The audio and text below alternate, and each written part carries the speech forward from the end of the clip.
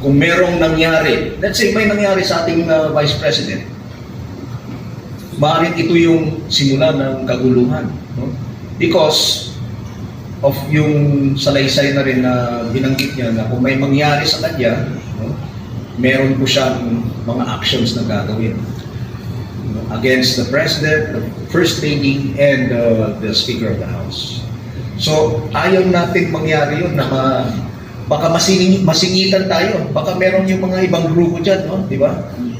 Na may gawin sa ating Vice President para mapagbintangan kung sino man. And then, that could cause chaos. So, we will not allow that. We will not allow that. Kaya poprotektahan pa rin natin ang ating Vice Presidente. Now, when it comes to our political inclinations, we recognize that all of us have our own political opinions, political inclinations. We respect that. No, we respect that.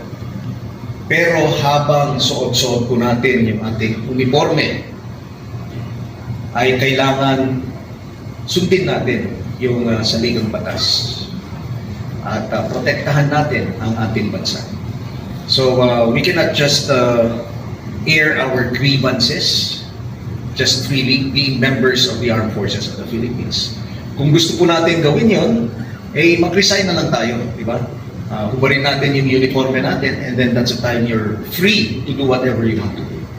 So, as members of the Senior Enlisted Personnel Corps of the Armed Forces of the Philippines, I am calling out to you to reach out to our soldiers hanggang po sa mga private, even sa mga trainees natin, para ma-explain natin yun. Explain natin ng maigi sa kanila. Again, malaki po yung respeto ng ating taong bayan sa Armed Forces of the Philippines. They are depending on us to maintain the peace and the security of our country. Let us not fail them. Let us not fail them. So may tasking kasi tayo, may mission tayo para sa ating bayan. So let that be clear to all of us.